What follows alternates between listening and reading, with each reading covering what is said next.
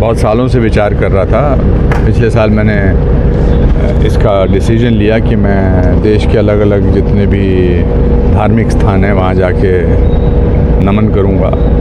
और दूसरा फैसला लिया था कि देश की जो सीमा की जो इलाके हैं वहाँ जाऊँगा। तो मैं जब भी ऐसी किसी जगह जाता हूँ मैं, और एक प्रोग्राम हमने तैयार किया है जिसकी हम यहाँ पर उद्घोषणा करेंगे, वो हनुमान मंदिरों के बारे में है और इसलिए हनुमानगढ़ी आना बहुत ज़रूरी था। सर, कल मुख्यमंत्री योगी आदित्यनाथ जी से आपके बहुत अच्छी मुलाकात हुई, क्या रहा है?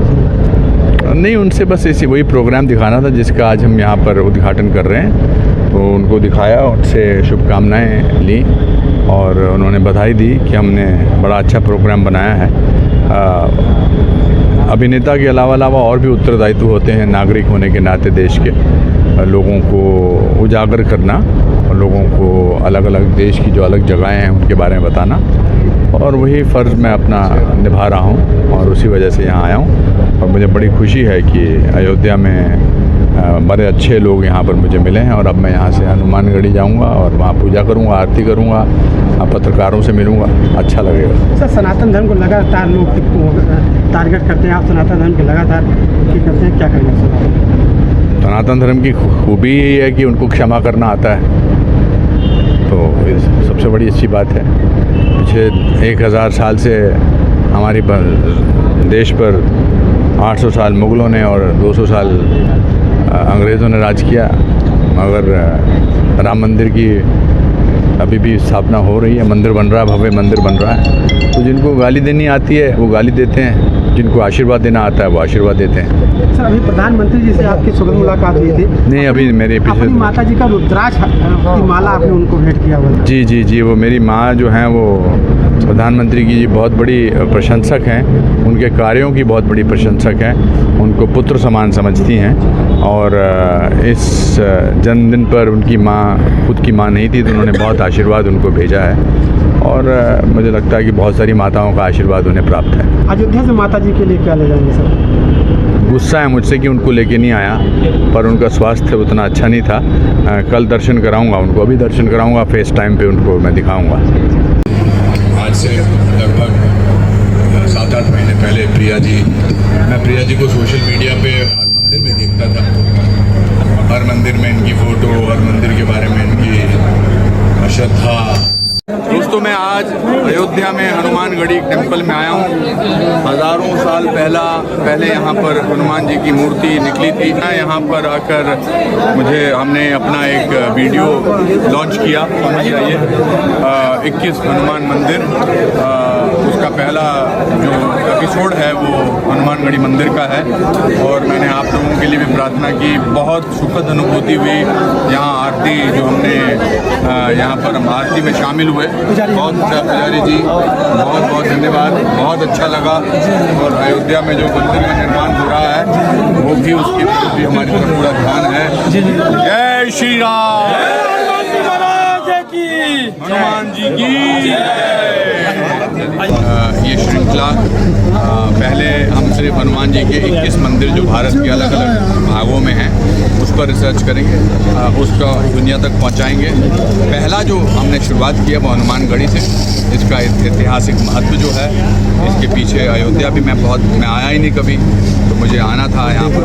और जब मैंने अभी ये वीडियो देखा मेरे ध्यान में पहली बात आई कि मेरी एक्टिंग की पहली जो शिक्षा थी या पहला जो रोल था वो रामलीला में हनुमान जी के वानर का था।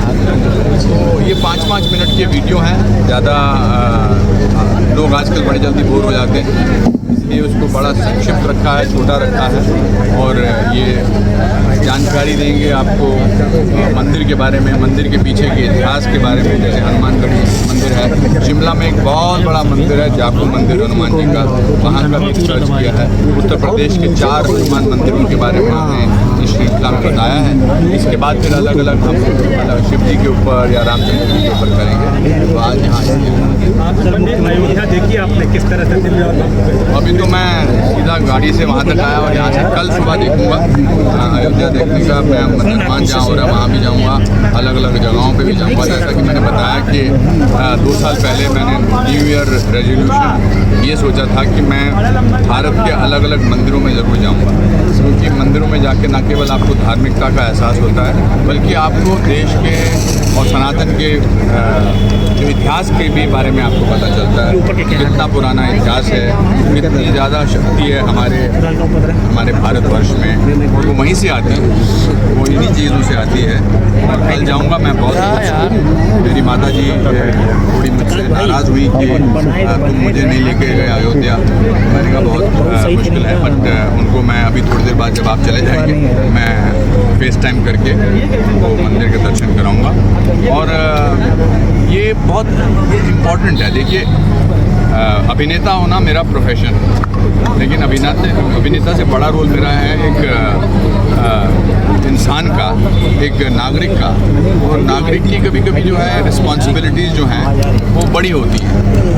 मेरा मुझे 530 फिल्मों से अधिक फिल्मों में लोग देख चुके हैं, तो जब मैं इस तरह की बात करूंगा तो लोगों तक पहुंचेगी, और यही हमारा प्रयास है। अनुपम जी, आप सनातन की बात कर रहे हैं, लेकिन आए दिन सनातन पर उंगलियां उठती हैं, रामचरितमानस हो या फिर और कुछ, इसको कैसे आप जो जिस तरह का इंसान होता है वो उस तरह की बात करता है।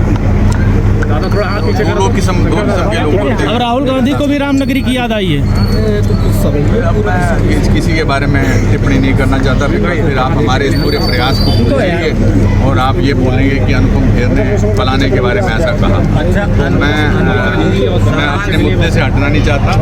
मैं इन्हीं मंदिरों के बारे में बात करना चाहता हूँ, और मुझे बहुत खुशी है कि हमारा पहला स्थान जो है, देखिए यहाँ से मुझे श्री राम लल्ला जी नजर आ रहे हैं। यहाँ से अलग अलग ये देखा ही नहीं है बहुत सारी दुनिया में। देखिए कितना खूबसूरत आर्किटेक्चर है यहाँ पर। मैं अभी यहाँ आ रहा था तो राइट हैंड साइड पे सूरज डूब रहा था, और उसकी जो किरणें थी डूबते हुए सूरज की पानी के ऊपर, वो मंदिर के ऊपर पड़ रही। ये दृश्य हमें देखने को मिला ही नहीं है। हम बड़ी बड़ी सिटीज में ही रहकर उसी से उलझते चले जा रहे हैं। अनुपम जी, मुख्यमंत्री से मिले हैं सर, क्या चर्चा हुई? कश्मीर फाइल्स पर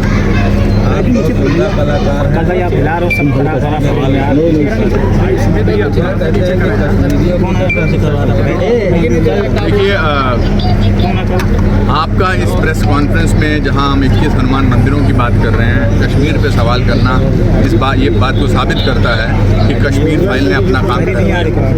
वरना 32 सालों में किसी भी पत्रकार से कश्मीरी ब्राह्मणों के बारे में कभी सवाल नहीं किया।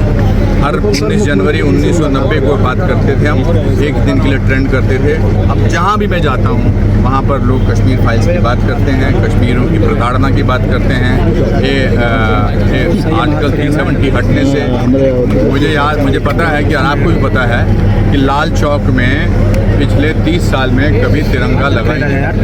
और इस बार जब हर घर तिरंगा की मुहिम चली थी तो कश्मीर के अलग अलग इलाकों में आपको तिरंगा नज़र आया था। ये है बदलाव, ये है परिवर्तन बहुत शांत तरीके से आता है। इसका एहसास जो है वो धीरे धीरे होता है। और खीर भवानी में जाता था तो मैं अपने स्पॉट लेके जाता था। कश्मीर में जो मंदिर है, अब अलग अलग मंदिर है। अब DAV स्कूल फिर